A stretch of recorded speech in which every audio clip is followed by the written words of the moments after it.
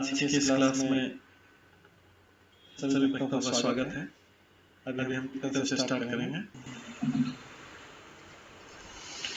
जय राधा माधव कुंज बिहारी, जय राधा माधव कुंज बिहारी, जय गोपीजन वल्लभ गिरिवर धारी, जय गोपीजन वल्लभ गिरिवर धारी, यशोदानंदन व्रज जनरंजन, यशोदानंदन व्रज जनरंजन, यमुना तीरावनचारी,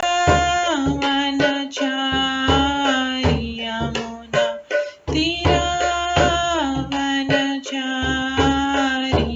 जय राधा माधव कुंज बिहारी, जय राधा माधव कुंज बिहारी, हरे कृष्णा कृष्णा कृष्णा हरे हरे, हरे राम राम राम हरे हरे, हरे कृष्णा कृष्णा कृष्णा हरे हरे, हरे राम राम राम हरे हरे,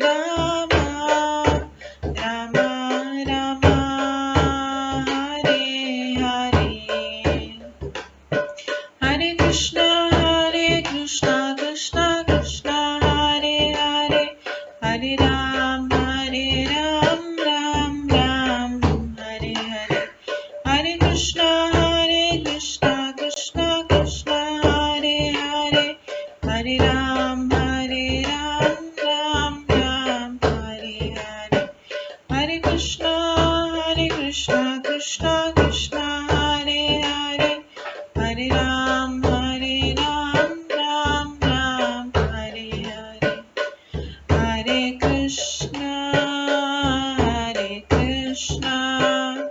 कृष्णा कृष्णा हरे हरे, हरे राम राम राम हरे हरे, हरे कृष्णा कृष्णा कृष्णा हरे हरे, हरे राम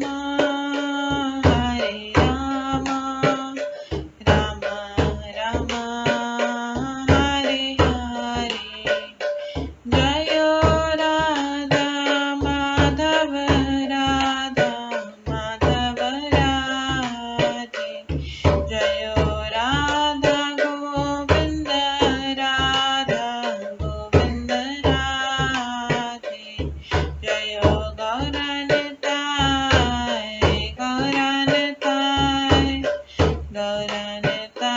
जय गौरनिताय, जय जय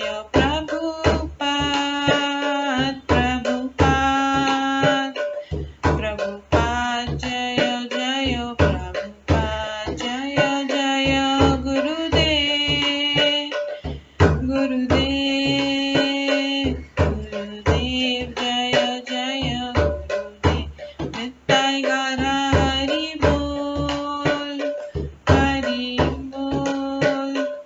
हरि बोल नित्य गौर हरि बोल। गौर प्रेमानंदे हरि हरि बोल। हरे कृष्णा। आज की इस क्लास में सभी भक्तों का स्वागत है। अभी मंगलाचरण से स्टार्ट करेंगे।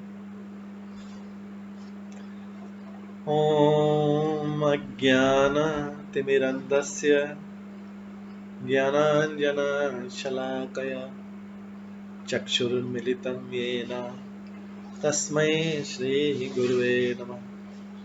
श्रीचैतन्यमनोभीष्टं स्थापितं येन भूतले स्वयं रूप कदा मह्यं ददाति स्वपदान्तिकम्। वन्देऽहं श्रीगुरो श्रीयुतपदकमलं श्रीगुरुं वैष्णवांश्च श्रीरूपं साग्रजातं सहगण रघुनाथान्वितं तं सजीवं साद्वैतं सावधूतं परिजनसहितं कृष्णचैतन्यदेवं श्रीराधाकृष्णपादान् सहगण ललिता श्रीविशाखान्वितांश्च नमो विष्णुपदाय कृष्णपृष्ठाय भूतले श्रीमते भक्तिवेदान्त स्वामिन्निति नामिने। नमस्ते सरस्वती देवे गौरवाणी प्रचारिणे निर्विशेष शून्यवादी पाश्चात्य देशातारिणे। वाञ्छाकल्पतरुभ्यश्च कृपा सिन्धुभ्येव च पतितानां पावनेभ्यो वैष्णवेभ्यो नमो नमः। जय श्री कृष्ण चैतन्य प्रभु नित्यानंद श्री अद्वैत गदाधर शिवासादि गौर भक्तवृंद। हरे कृष्णा कृष्णा कृष्णा हरे हरे, हरे राम राम राम हरे हरे। ओम नमो भगवते वासुदेवाय। ओम नमो भगवते वासुदेवाय। ओम नमो भगवते वासुदेवाय। नारायणं नमस्कृत्य नरं चैव नरोत्तमं देवीं सरस्वतीं व्यासं ततो जयमुदीरये। नष्टप्रायेषु भद्रेषु नित्यं भागवत सेवया भगवते उत्तम श्लोके भक्तिर्भवति नैष्ठिकी। कृष्णाय वासुदेवाय देवकी नंदनाय च नन्दगोपकुमाराय गोविन्दाय नमो नमः। सर्ववेदान्तसारमे श्रीभागवतम् इष्यते तद्रसामृतात् नान्यत्र स्याद्रति क्वचित्। आराध्यो भगवान् ब्रजेश तनयस्तनुधाम वृन्दावन रम्या काचिदुपासना व्रजवधूवर्गेण या कल्पिता। श्रीमद्भागवतं प्रमाणम् अमलं प्रेम कुमार्थमः श्रीचैतन्य महाप्रभुमतम् इदं तत्रादरो न परम्। मूकं करोति वाचालं पङ्गुलङ्घयते गिरिं यत्कृपातमहं वन्दे परमानन्दमाधवम्। हरे कृष्णा।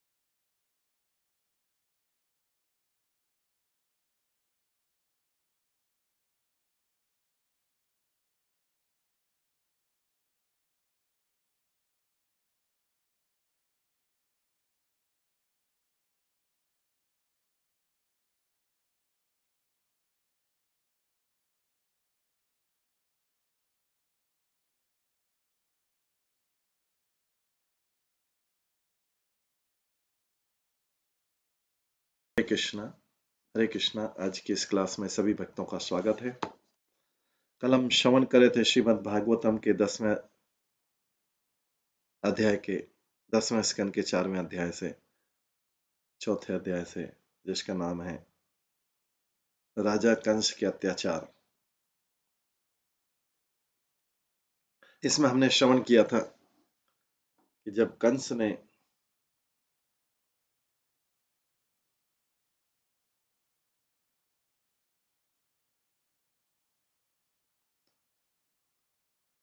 देवकी और वसुदेव के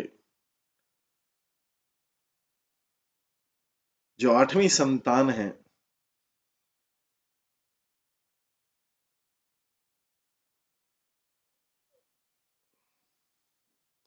जो कि यशोदा माता से एक्सचेंज किया गया, अदला बदली किया गया। यशोदा माता जी की कन्या को उठाया गया, यशोदा माता जी की कन्या को उठाया गया और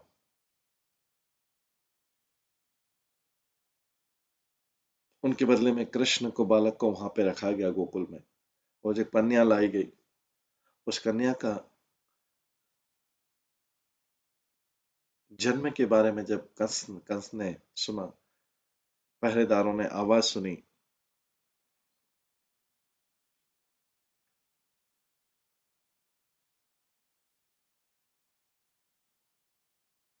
पहरेदारों ने जब आवाज सुनी कि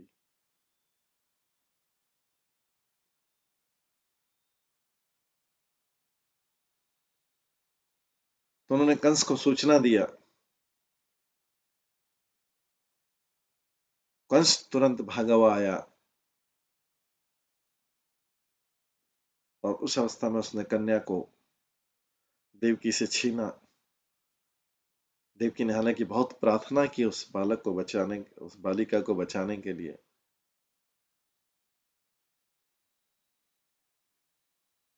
लेकिन जब इस प्रकार से छीन के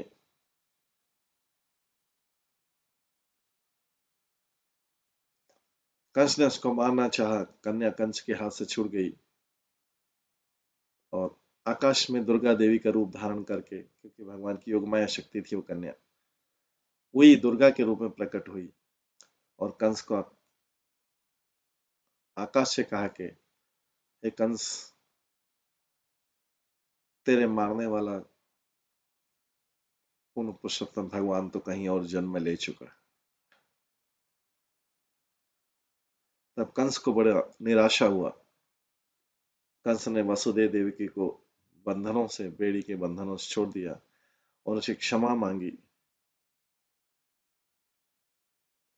कंस ने क्षमा मांगी अपने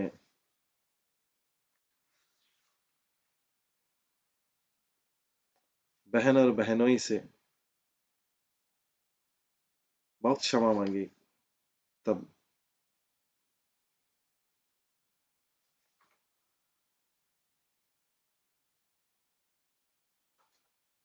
वसुदेव देवकी ने उन्हें क्षमा कर दिया।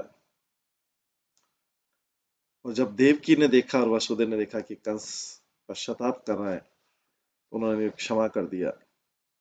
और देवकी कहती है कंस से, हे महापुरुष कंस, केवल अज्ञान के प्रभाव के कारण ही मनुष्य भौतिक देह तथा अभिमान स्वीकार करता है। आपने इस दर्शन के विषय में जो कुछ कहा वो सही है, क्योंकि कंस असुर होते हुए भी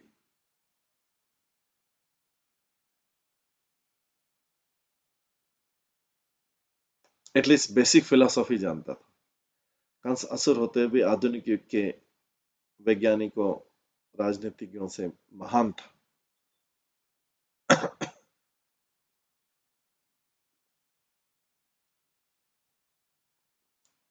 देवकी कहती है कि ठीक है, केवल अज्ञान के प्रभाव से आपने ऐसा किया है। मनुष्य भौतिक देहता अभिमान स्वीकार करता है।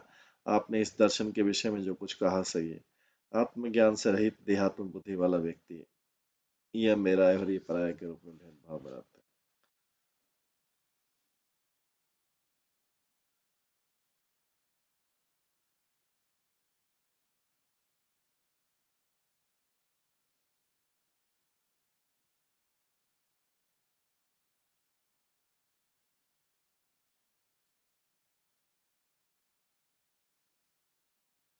तात्पर्य भगवान के निर्देश के अनुसार कार्य करने वाले प्रकृति के नियमों के द्वारा हर कार्य स्वतः होता है।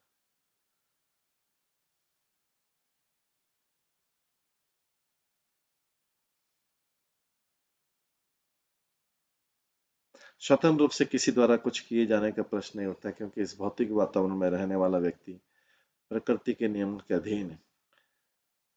अतः हमारा मुख्य कार्य होना चाहिए कि हम इस बद्ध जीवन से अपने को छुड़ाएं और आध्यात्मिक जगत में जाएं। मनुष्य केवल अज्ञानवश ये सोचता है कि मैं देवता हूँ, मैं मनुष्य हूँ, मैं कुत्ता हूँ, मैं बिल्ली हूँ, या फिर यदि अज्ञान और अधिक बढ़ जाता है तो अपने को ईश्वर मानने लगता है।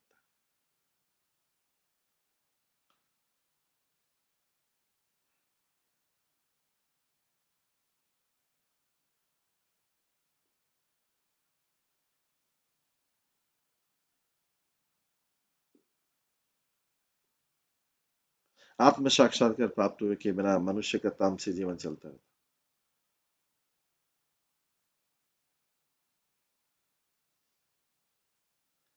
शोक, हर्ष, भय, द्वेष, लोभ, मोह, मद अन्विता मिथ घ्नन्तं न पश्यन्ति भावे भावं पृथक दृशः। भेदभाव की दृष्टि रखने वाला व्यक्ति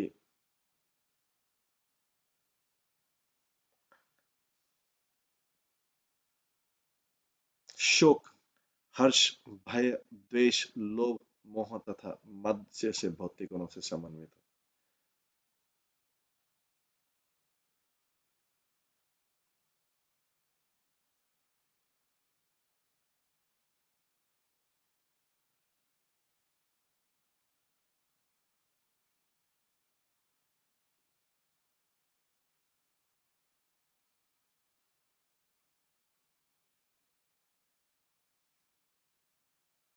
भेदभाव की दृष्टि रखने वाला व्यक्ति शोक, हर्ष, भय, द्वेष, लोभ, मोह तथा मद जैसे भौतिक गुणों से समन्वित होते हैं।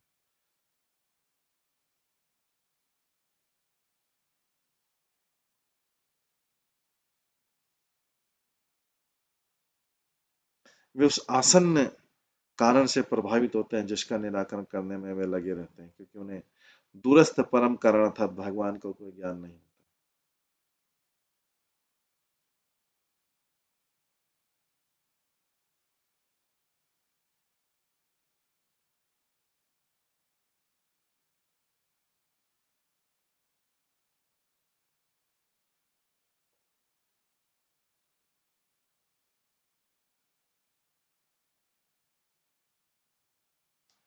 तात्पर्य कृष्ण समस्त कारणों के कारण है, सर्व कारण कारणम, किंतु जो कृष्ण से कोई संबंध नहीं रखता,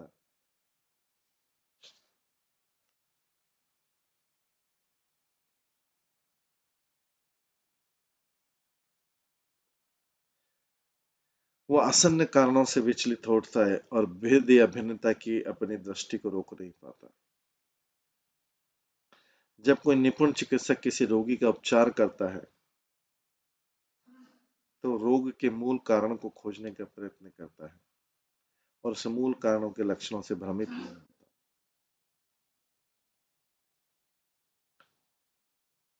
इसी तरह एक भक्त जीवन की पराजयों से कभी विचलित नहीं होता।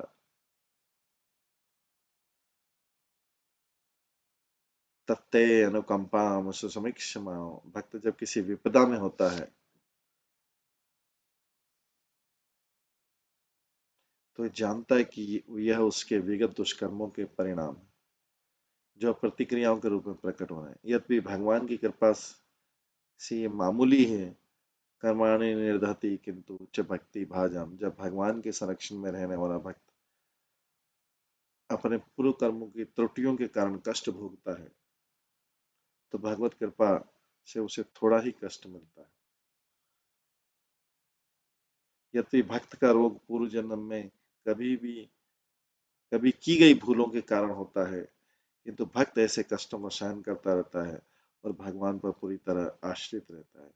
उससे इस तरह उसे भौतिक शोक, हर्ष, भय इत्यादि कभी प्रभावित नहीं कर सकते।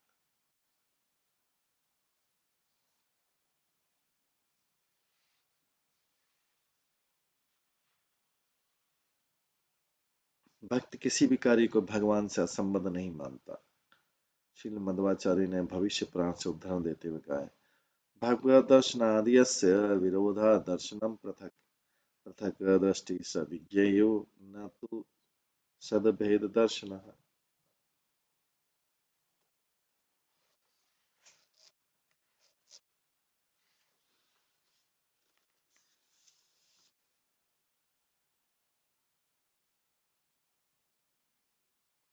श्री शुक उवाच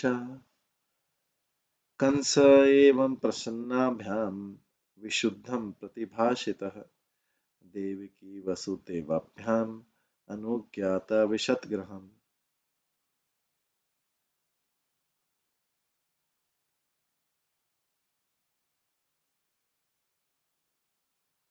सुखदेव गोस्वामी ने कहा, शांत मना देवकी तथा वसुदेव द्वारा शुद्ध भाव से इस तरह संबोधित किए जाने पर कंस से अत्यंत हर्षित हुआ और उनकी अनुमति लेकर वो अपने घर चला गया।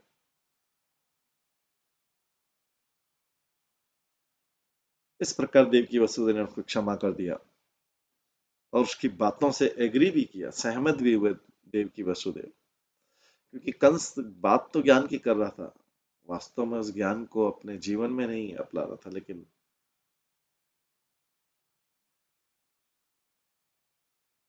बात तो ज्ञान की कर रहा था। इस तरह दोनों का बातचीत हुआ और कंस अपने घर चला गया। तस्यां रात्र्यां व्यतीतायां कंस आयुः मंत्रिणः तेभ्य आचष्ट तत्सर्वं यत् उक्तं योग निद्रया। तो अब कंस ने, ऐसा नहीं कि कंस अभी ज्ञानी हो गया, कंस तो असुर है, तो एक तरफ से तो उसने इधर वध बन किया, लेकिन अभी दूसरा उपाय सोच रहा वध का। तो रात बीत जाने पर कंस ने अपने सारे मंत्रियों को बुलाकर यह सब उन्हें बतलाया जो योग माया ने कहा था। योग माया ने, जिसने ये रहस्य बताया था कि कंस को मारने वाला कहीं अन्यत्र उत्पन्न हो चुका है।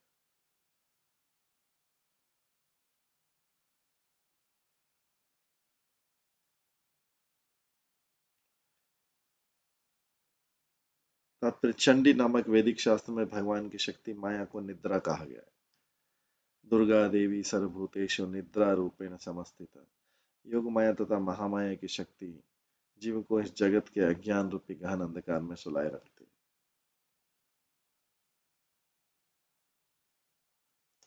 योग माया अर्थात दुर्गा देवी ने कंस को कृष्ण के जन्म के विषय में अंधकार में रखा। योग माया अर्थात दुर्गा देवी ने कंस को कृष्ण के जन्म के विषय में अंधकार में रखा और यह कहकर उसे भ्रांत किया कि उसका शत्रु कृष्ण अन्यत्र जन्म ले चुका है। कृष्ण तो देवकी के पुत्र के रूप में उत्पन्न हुए थे, किंतु भगवान की पूर्व योजना के अनुसार जिसकी भविष्यवाणी ब्रह्मा को की थी, वे माता यशोदा तथा नंद महाराज एवं अन्य घनिष्ठ मित्रों तथा भक्तों को 11 वर्ष तक आनंद प्रदान के लिए वृंदावन गए थे। उसके बाद वे कंस का वध करने लौटे। चूंकि कंस इसे नहीं जानता था, इसलिए उसने योग माया के कथन पर विश्वास कर लिया कि कृष्ण अन्यत्र जन्म ले चुके हैं, देवकी से उत्पन्न नहीं।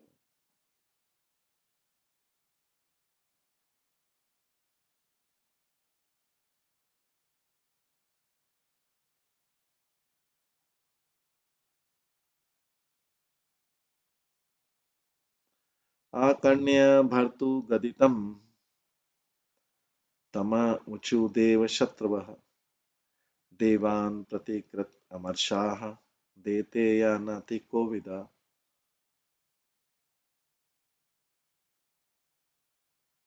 अपने स्वामी की बात सुनकर देवताओं के शत्रु तथा अपने कामकाज में अकुशल ईर्ष्यालु असुरों ने कंस को यह सलाह दी। तो भी कंस को दूसरी सलाह दे कि फिर वो पाप करेगा, पाप करना नहीं छोड़ रहा है। एक जगह से बंद किया, देवकी वसुदेव के विरुद्ध बंद किया, तो दूसरी जगह कर रहा है।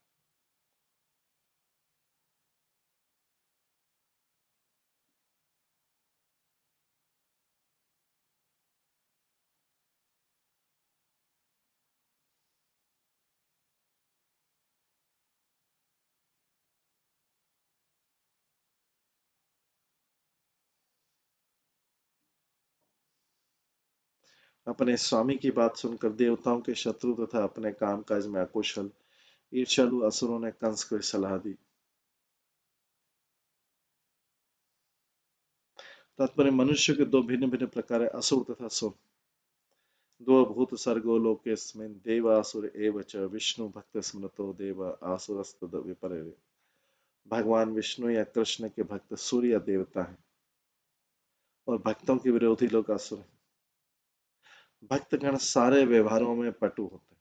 यस्यास्ति भक्तिर भगवत कंचना सर्वे गुणैस्तत्र समासते सुर। इसलिए वे कोविद अर्थात पटु कहलाते हैं, एक्सपर्ट होते हैं। किंतु असुरगण ऊपर से कामुक वृत्तियों में पटुता दिखलाते हुए पूरी तरह मूर्ख होते हैं।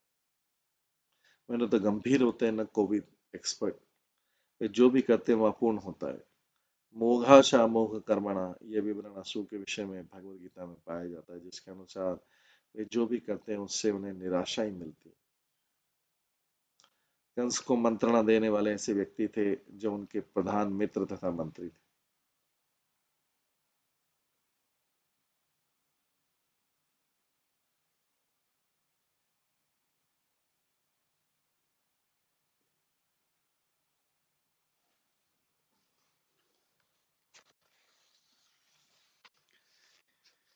एवं चेत तर्हि भोजेन्द्र पुरग्रामब्रजादिषु अनिर्देशान्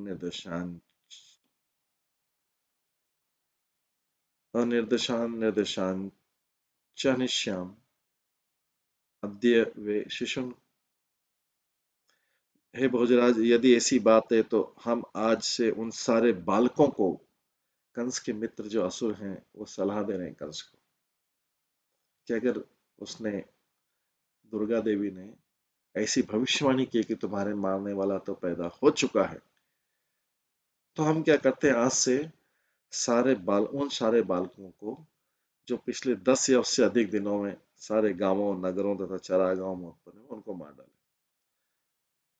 अभी तो हुआ बालक उत्पन्न, तो लास्ट 10 दिन में या 10 से ज्यादा दिन में, कुछ उससे अधिक दिनों में सारे गांवों नगरों तथा चरागाह उत्पन्न होते हैं, उन सब बालकों को मार डालें। तो उसमें वो भी जो आपको मारने वाला उत्पन्न हुआ है, वो भी मारा जाए। अभी ब्लाइंडली मार रहे हैं सबको, फिर उसमें जो जिसका भविष्यवाणी की वो बालक भी मारा जाएगा। किम उद्यमे करिष्यन्ति देवा समरभीरवः नित्यम उद्विग्न मनसः जयाघोषे धनुष्तव। सारे देवता आपकी धनुष की डोरी की आवाज से सदैव भयभीत रहते हैं, वे सदैव चिंतित रहते हैं और लड़ने से डरते हैं। अतः वे अपने प्रयत्नों से आपको किस प्रकार हानि पहुंचा सकते।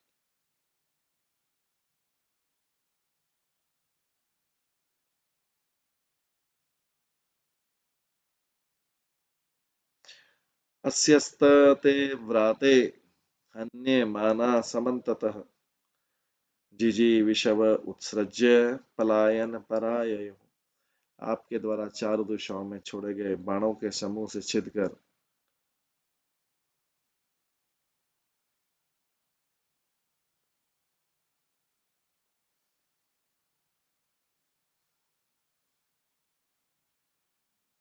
कुछ सूरगण जो घायल हुए हैं, हो चुके थे, किंतु जिन्हें जीवित रहने की उत्कंठा थी, युद्ध भूमि छोड़कर आप अपनी जान लेकर भाग निकले।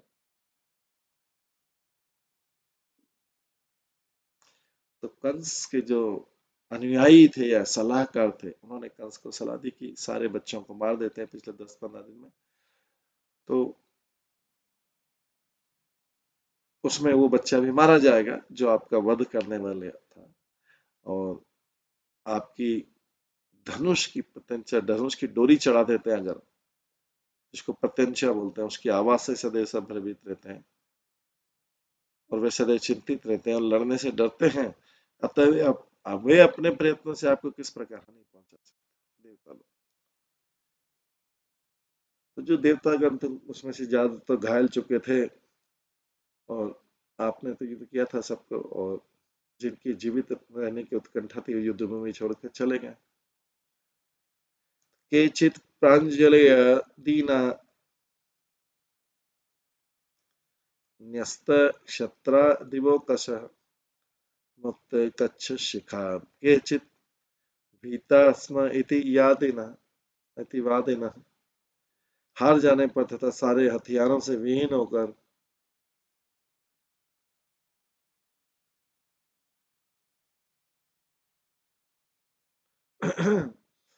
हार जाने पर तथा सारे हथियारों से विहीन होकर कुछ देवताओं ने लड़ना छोड़ दिया।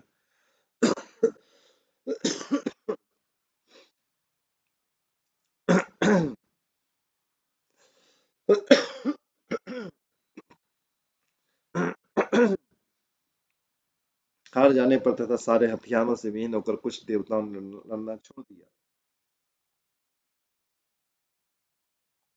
और हाथ जोड़ के आपकी प्रशंसा करने लगे।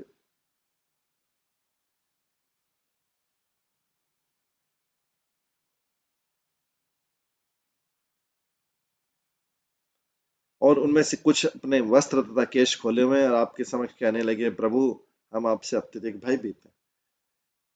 तो कंस को अपना थोड़ा ऊंचा चढ़ा रहे हैं। कंस बोल रहे हैं कि सारे लोग तो आपसे डरते हैं। न त्वं विस्मृत शस्त्र न त्वं विस्मृत शस्त्रस्त्रान् विरथान् भय संवृतान् हंसी अन्यासक्त विमुखान् भग्न चापान अयुध्यतः।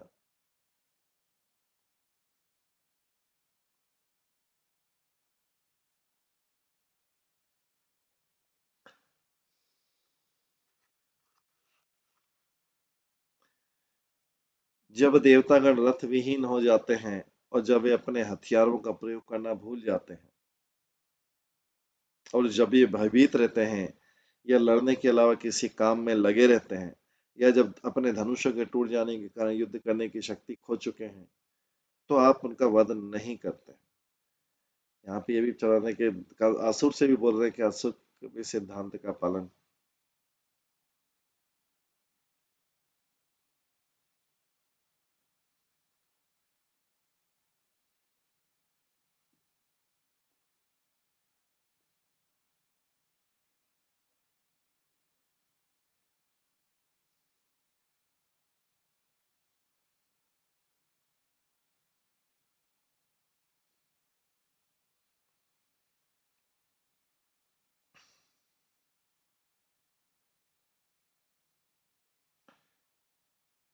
जब अपने धनुष के टूट जाने के कारण युद्ध करने की शक्ति खो चुके होते तो आप उनका वध नहीं करते।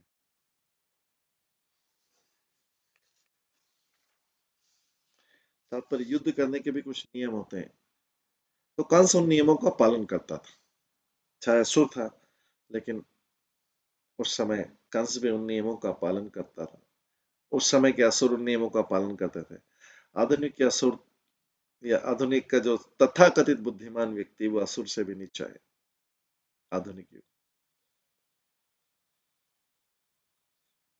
तो तो कंस के अनुयायी उसकी प्रशंसा कर रहे हैं कि युद्ध करने के कुछ नियम होते हैं तो आप उन नियमों का पालन करते हैं। जब शत्रु के पास रथ नहीं होता है तो भय के कारण युद्ध कला भूल जाता है या फिर युद्ध नहीं करना चाहता तो उसका वध नहीं करना चाहिए। कंस के मंत्री उसे स्मरण दिला रहे हैं कि अपनी शक्ति के बावजूद भी वो युद्ध के नियमों से अवगत था, इसलिए उसने देवताओं को उनकी अक्षमता के कारण क्षमा कर दिया था। मंत्री ने कहा किंतु प्रस्तुत आपत्ति में ऐसी दया सैन्य शिष्टता दिखाने की घड़ी नहीं लगी। लेकिन अभी सब बच्चों को जो मारना है ये तो क्योंकि अभी संकट का समय है। ये संकट का समय है किंतु आपत्ति में ऐसी दया सैन्य शिष्टता दिखाने की घड़ी नहीं लगी। अब तो आपको हर हालात में लड़ने के लिए तैयार रहना चाहिए। इस तरह मंत्री ने कंस को सलाह दी कि लड़ाई के परंपरागत शिष्टाचार को त्याग कर वो किसी भी मूल्य पर शत्रु को प्रताड़ित करे।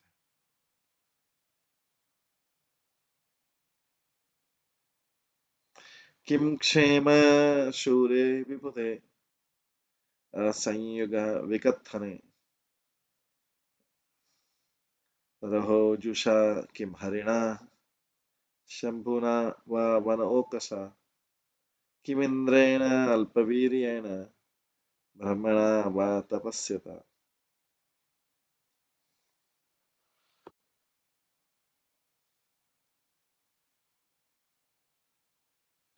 देवतागण युद्ध भूमि से दूर रहकर व्यर्थ ही डींग मारते हैं।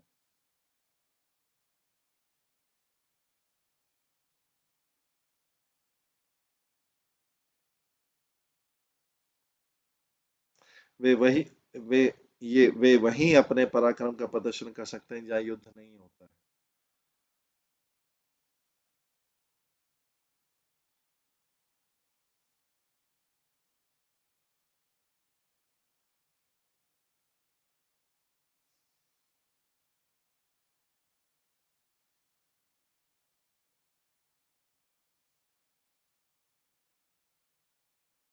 देवतागण युद्ध भूमि से दूर रहकर व्यर्थ ही डींग मारते हैं, वे वहीं अपने पराक्रम का प्रदर्शन कर सकते हैं जहाँ युद्ध नहीं होता। अतः ऐसे देवताओं से हमें किसी प्रकार का भय नहीं। जहाँ तक भगवान विष्णु की बात है, वे तो केवल योगियों के हृदय में एकांतवास करते हैं, और भगवान शिव वे तो जंगल में चले गए हैं। ब्रह्मा सदैव तपस्या तो ध्यान में लीन रहते हैं। इंद्र इत्यादि अन्य सारे देवता पराक्रम विहीन है, अतः आपको कोई भय नहीं। या असुरगण याद दिला रहे हैं कि भगवान विष्णु तो केवल योगियों के हृदय में एकांतवास करते हैं, उनसे कोई डर नहीं आपको।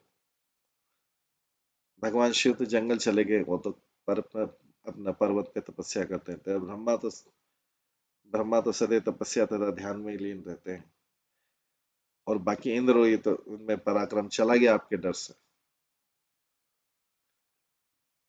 तो कंस को थोड़ा सा उकसा रहे। कंस के मंत्री ने उनसे कहा कि सारे बड़े बड़े देवता तथा उसके भाई, सारे बड़े बड़े देवता उसके भय से भाग गए थे। एक जंगल को एक जंगल को चला गया, एक हृदय के भीतर चला गया, और एक तपस्या में लगा हुआ। ब्रह्मा विष्णु महेश के बारे में उन्होंने कहा, अतः आप देवताओं से किसी प्रकार भयभीत न हो, बस लड़ने के लिए तैयार हो जाए।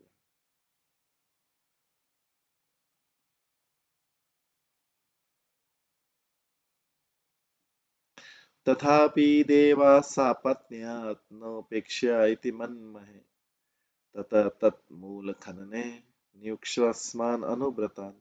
फिर भी हमारा मत है कि उनकी शत्रुता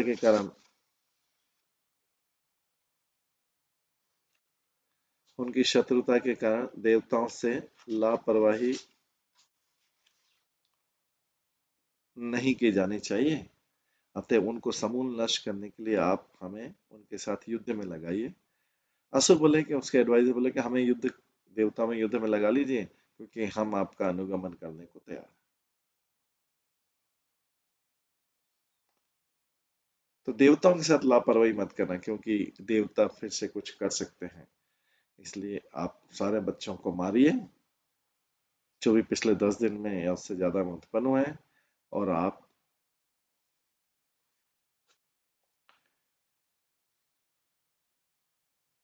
देवताओं से मत डरिए, क्योंकि देवताओं को तो स्थिति हमने बता दी है। इस प्रकार से आप उनको समूल नष्ट करने के लिए हमें देवताओं को खत्म ही एकदम कर दीजिए,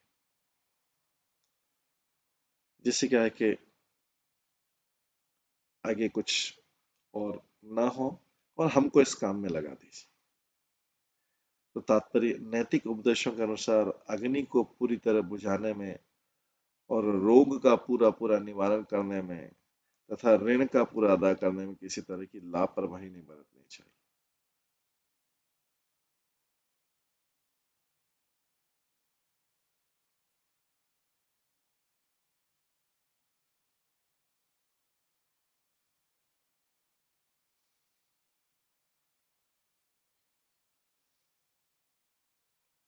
अन्यथा ये बढ़ते जाएंगे और बाद में इनका शमन कर पाना कठिन है।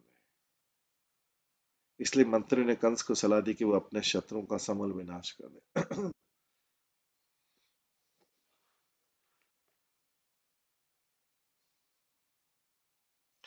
यथा मे अंगे समुपेक्षितो नभिः न शक्यते रूढपदश्चिकित्सम्। यथा इन्द्रियग्राम उपेक्षित यथा इन्द्रियग्राम उपेक्षित तथा रिपु महान पद बलान चाल्यते। जिस तरह शुरू में रोग की उपेक्षा करने से गंभीर तथा दुस्साध्य हो जाता है, या जिस तरह प्रारंभ में नियंत्रित न करने से बाद में इंद्रियां वश में नहीं रहती, उसी तरह यदि आरंभ में शत्रु की उपेक्षा की जाती है तो बाद में वो दर्जय हो जाता है।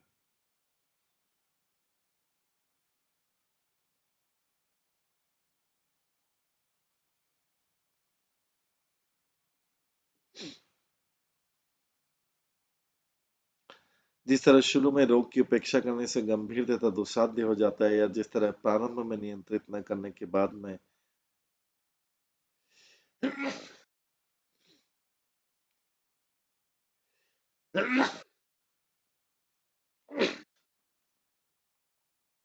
प्रारंभ में नियंत्रित न करने से बाद में इंद्रियां वश में नहीं रहती, उसी तरह यदि आरंभ में शत्रु की उपेक्षा की जाती है तो बाद में दुर्जय हो जाता है।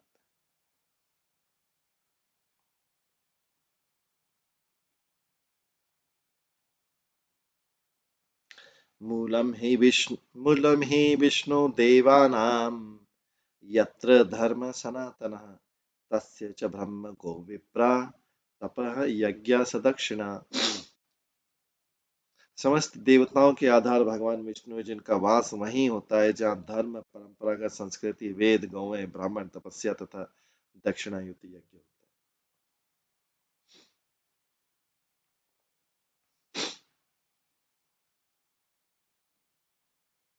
तो तात्पर्य यहाँ पर सनातन धर्म का वर्णन किया गया, जिसमें ब्रह्मी संस्कृति, ब्राह्मण, यज्ञ तथा धर्म निहित होते हैं। ये मिलकर विष्णु साम्राज्य की स्थापना करते हैं। विष्णु साम्राज्य के बिना कोई भी सुखी नहीं हो सकता। न ते विदु स्वार्थ गति ही विष्णु में। इस आसुरी सभ्यता में दुर्भाग्यवश लोग यह नहीं समझ पाते कि न मानव समाज का स्वार्थ विष्णु में नहीं।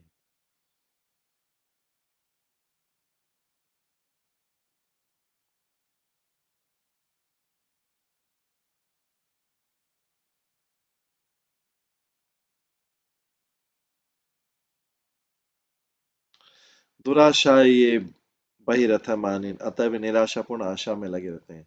लोग ईश भावनामृत या कृष्ण भावनामृत के बिना ही सुखी रहना चाहते हैं, क्योंकि उनका मार्गदर्शन ऐसे अज्ञानी नेता करते हैं जो मानव समाज में अवस्था उत्पन्न करते हैं।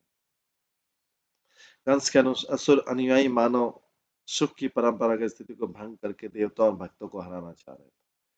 जब तक देवताओं तथा भक्तों का प्राधान्य नहीं होगा, तब तक असुरगण बढ़ेंगे और मानव समाज अस्त व्यस्त होता रहेगा।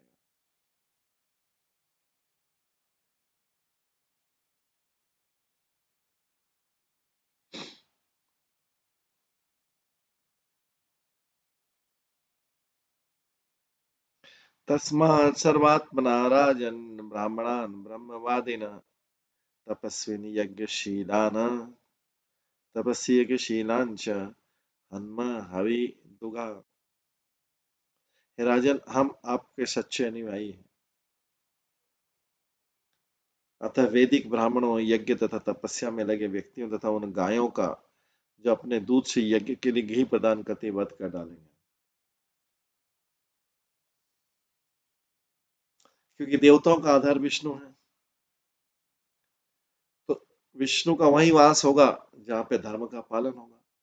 धर्म का पालन कैसे होता है? परंपरागत संस्कृति, वेद, गौएं, ब्राह्मण, तपस्या, दक्षिणायुक्त यज्ञ होते हैं।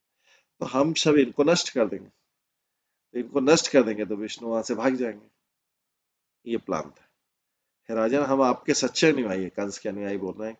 हम आपके सच्चे अनुयायी हैं, अतः वैदिक ब्राह्मणों, यज्ञ तथा तपस्या में लगे व्यक्तियों तथा उन गायों का जो अपने दूध से यज्ञ के लिए घी प्रदान करते हैं, उनका सबका वध कर डालें।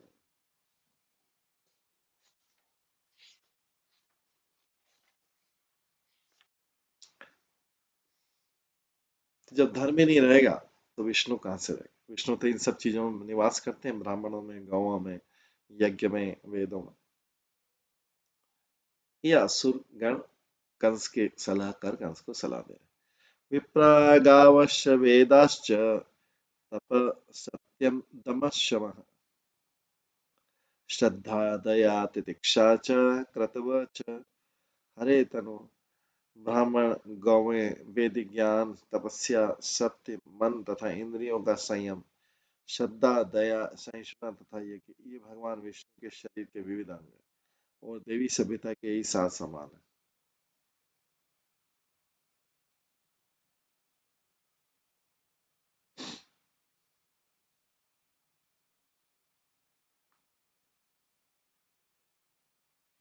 तात्पर्य भगवान को नमस्कार करते समय हम कहते हैं नमो ब्रह्मण देवाय गो ब्राह्मण हिताय च जगत हिताय कृष्णाय गोविंदाय नमः।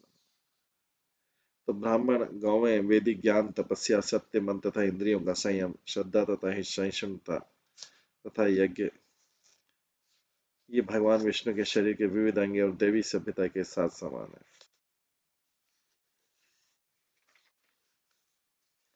जब कृष्ण सामाजिक व्यवस्था में वास्तविकता पूर्णतः स्थापित करते हैं तो वे गौओं तथा ब्राह्मणों को अपने संरक्षण प्रदान करते हैं। गो ब्राह्मण हिताय च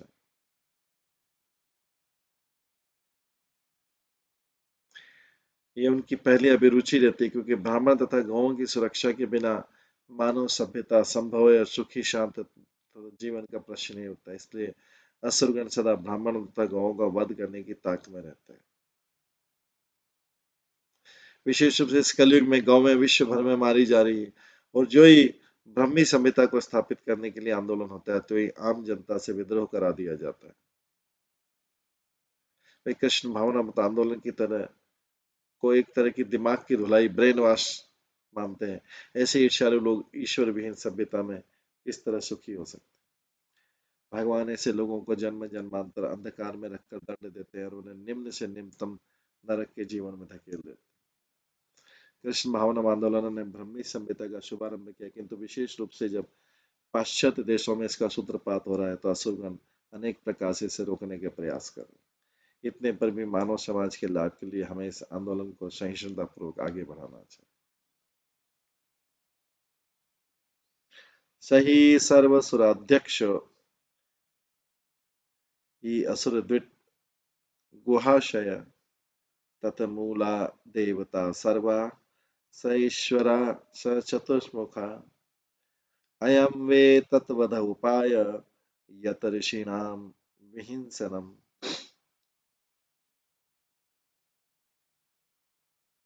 प्रत्येक व्यक्ति के हृदय में वास करने वाले परमात्मा स्वरूप भगवान विष्णु असुरों के परम शत्रु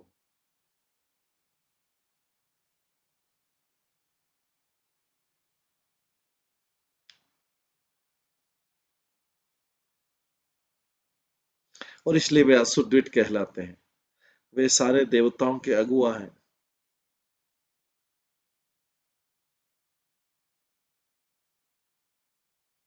क्योंकि भगवान शिव तथा भगवान ब्रह्मा समेत सारे देवता उन्हीं के संरक्षण में रहते हैं।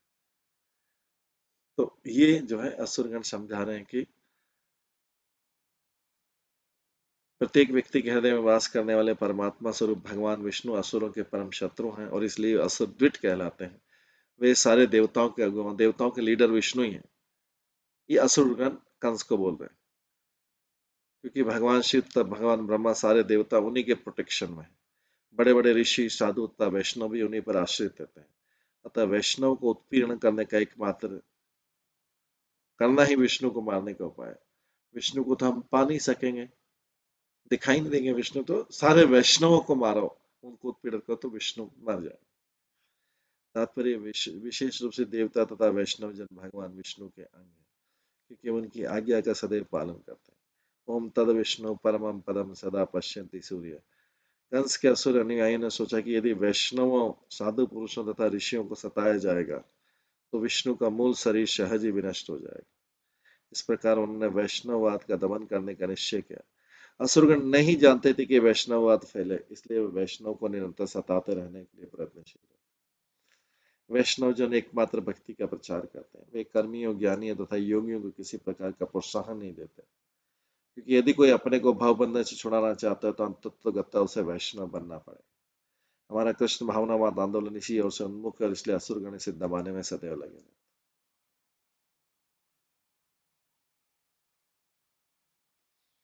तो प्रभुपाद बोल रहे हैं कि जहाँ वैष्णव को उत्पीड़न होता है मतलब वहां पे विष्णु को दुख दिया जाता है। हालांकि भगवान सुख दुख से ऊपर है लेकिन फिर भी प्रयास किया जाता है लोगों के द्वारा। ये सब जो है कंस के सलाहकारों ने कंस को।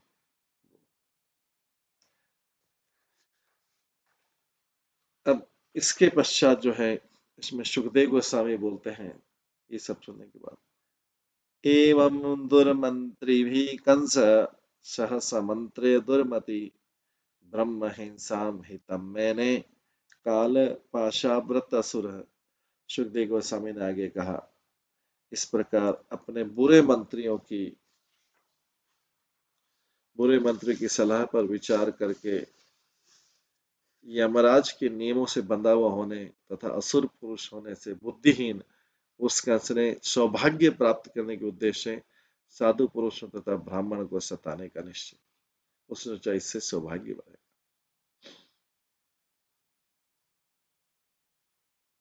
तात्पर्य श्री नौचंद दास ठाकुर क्या कहते, आपन करम भुजाए शमन कहे लोचन दास।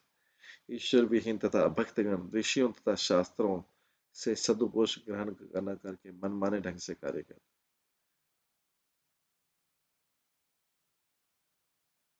किंतु वास्तव में किसी को अपनी कोई योजना नहीं होती, क्योंकि सभी प्रकृति के नियमों से बंधे होने के कारण बद्ध जीवन की अपनी प्रकृति के अनुसार कर्म करेंगे। अतः मनुष्य को अपना निर्णय बदल कर कृष्ण तथा कृष्ण भक्तों के निर्णय का पालन करना होगा।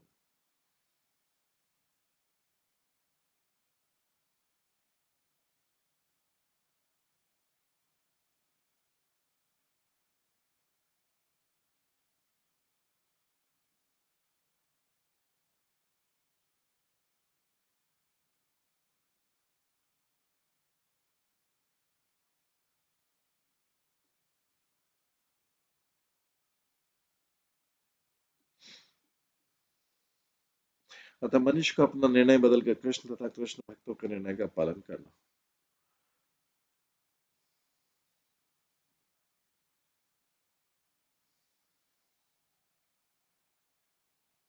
अतः मनुष्य को अपना निर्णय बदल कर कृष्ण तथा कृष्ण भक्तों के निर्णय का पालन करना होगा, तभी यमराज के दंड से बच सकता है। कंस अनपढ़ न था। वसुदेव तथा देवकी के साथ उसकी बातों से ऐसा लगता था कि वो प्रकृति के नियमों के बारे में सब जानता था, किंतु अपने बुरे मंत्रियों की संगति के कारण वो अपने कल्याण के विषय में कोई स्पष्ट निर्णय नहीं ले सका। इसलिए चैतन्य चरितमृत में कहा गया, साधु संग सर्वशास्त्र कहे लव मात्र साधु संगे सर्व सिद्धि है। यदि कोई अपना असली कल्याण चाहता है तो उसे चाहिए कि वो साधु पुरुषों तथा भक्तों की संगति करे और इस तरह जीवन की भौतिक दशा को सुधारे।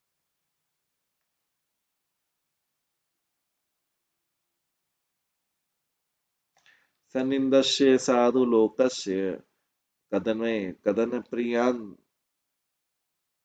कामरूप धराम दिक्षु दान मान ग्रह आविशतः।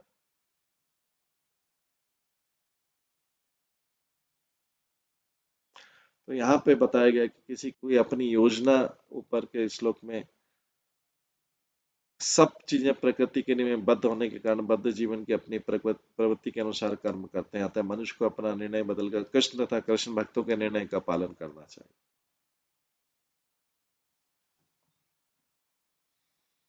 तभी वो यमराज के दंड से बच सकता है। कंस अनपढ़ था।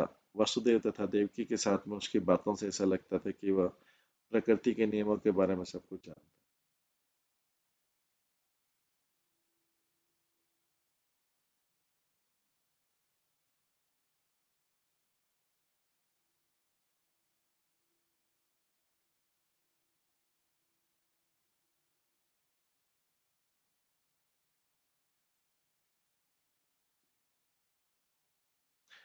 संदेश्य साधु लोकस्य कदने कदन प्रियान कामरूप धरान दिक्षु दानवान ग्रहमावश्यत। कंस के अनुयायी राक्षस गण अन्यों को, विशेष रूप से वैष्णव को सताने में दक्ष और इच्छानुसार कोई भी रूप धर सकते थे। असुरों को सभी दिशाओं में जाकर साधु पुरुषों को सताने की अनुमति देकर कंस अपने महल के भीतर चला गया, जाओ सबको सताओ।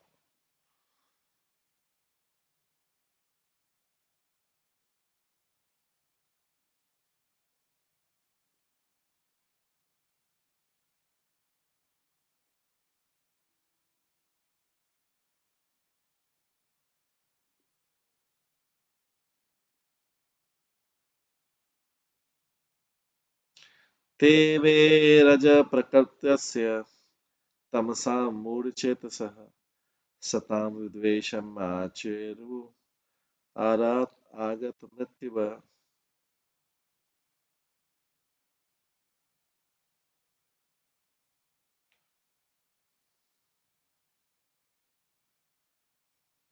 रजो तथा तमोगुण से पूरी तथा अपने हित या अहित को न जानते हुए उन असुरों ने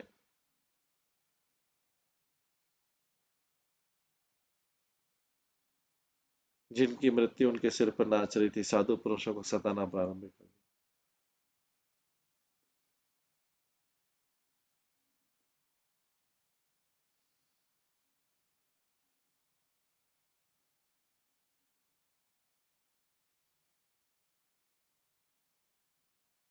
तो ये असुरगण क्या थे? रजो तथा तमोगुण से पूरी अपने हित या अहित को न जानते हुए उन असुरों ने जिनकी मृत्यु उनके सिर पर नाच रही थी साधु पुरुषों को सताना आरंभ किया।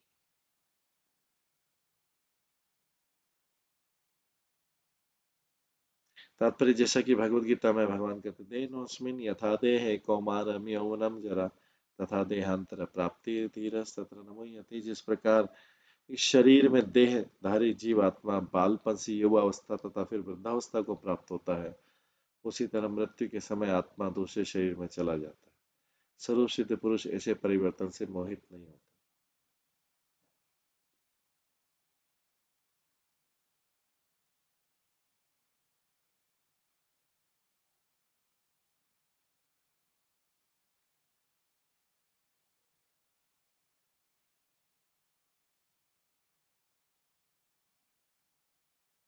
देहिनोऽस्मिन् यथा देहे कौमारम यौवनम जरा तथा देहांतर प्राप्ति धीरस्तत्र न मुह्यते। जिस प्रकार इस शरीर में देहधारी जीवात्मा बालपन से युवावस्था तथा फिर वृद्धावस्था को प्राप्त होता है, उसी तरह मृत्यु के समय आत्मा दूसरे शरीर में चला जाता है।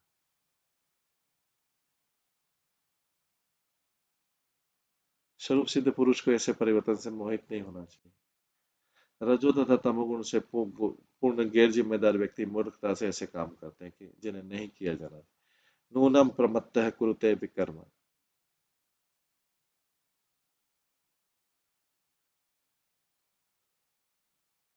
किंतु ऐसे गैर जिम्मेदार फलों कर्मों का फल भी जानना चाहिए, जैसा कि अगले श्लोक में बताया गया। ऐसे गैर जिम्मेदार कार्यों का फल क्या होता है?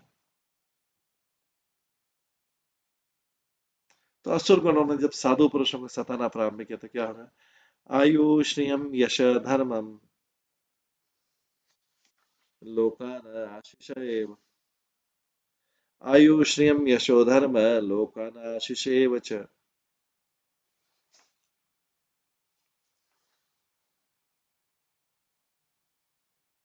हंत्री श्रेयांसि सर्वाणि पुंसो महद इति क्रमः। पुंसो महद अतिक्रमः।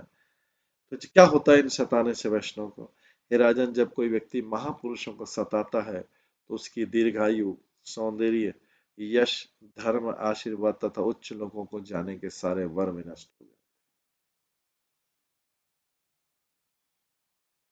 हे राजन, जब कोई व्यक्ति महापुरुषों को सताता है तो उसकी दीर्घायु, सौंदर्य, यश, धर्म, आशीर्वाद तथा उच्च लोगों को जाने के सारे वर विनष्ट हो जाते हैं।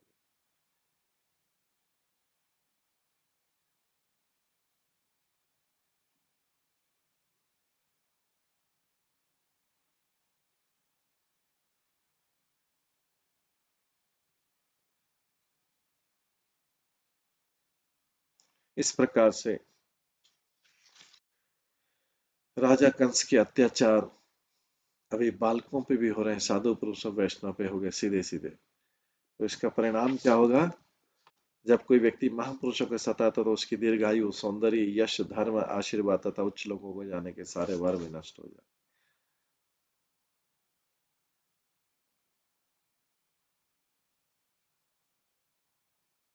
इस प्रकार से राजा कंस के अत्याचार नामक ये चौथा अध्याय समाप्त होता है और कल हम पांचवें अध्याय से शुरू करेंगे। आज की क्लास को यहीं पे विराम देते हैं।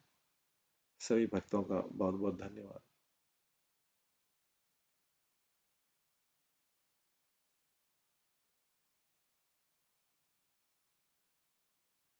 ये थे कंस के अत्याचार। अब आगे देखेंगे कि हम कंस क्या क्या अत्याचार करता है सब बालकों के ऊपर, और स्पेशली गोकुल में भी।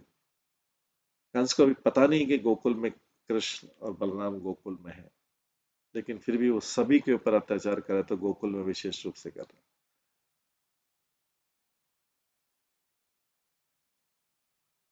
क्योंकि गोकुल में कृष्ण बलराम का तो वध नहीं कर पाएगा, बाकी बच्चों का वध कर सकता है, तो यहाँ पे इसलिए बार बार असुरों को भेजेगा।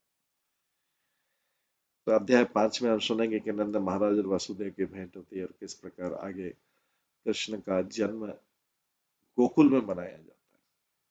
यहाँ तो जन्म दिवस मना नहीं पाए, क्योंकि रातों रात जो है वसुदेव कृष्ण को गोकुल में ले गए थे, लेकिन गोकुल में सब लोग यशोदा का पुत्र मान के उनका जन्मोत्सव मनाए। वो आगे के अध्याय में हम श्रवण करेंगे। आज की क्लास के यहीं पे विराम देते हैं। सभी भक्तों का बहुत बहुत धन्यवाद। सब भक्तों के लिए एक बार हरे कृष्ण महामंत्र का जप करते हैं। हरे कृष्णा कृष्णा कृष्णा हरे हरे, हरे राम राम राम हरे हरे। श्रीमद् भागवतम महापुराण की जय। श्रील प्रभुपाद की जय। सभी भक्तगणों की जय। हरे कृष्ण।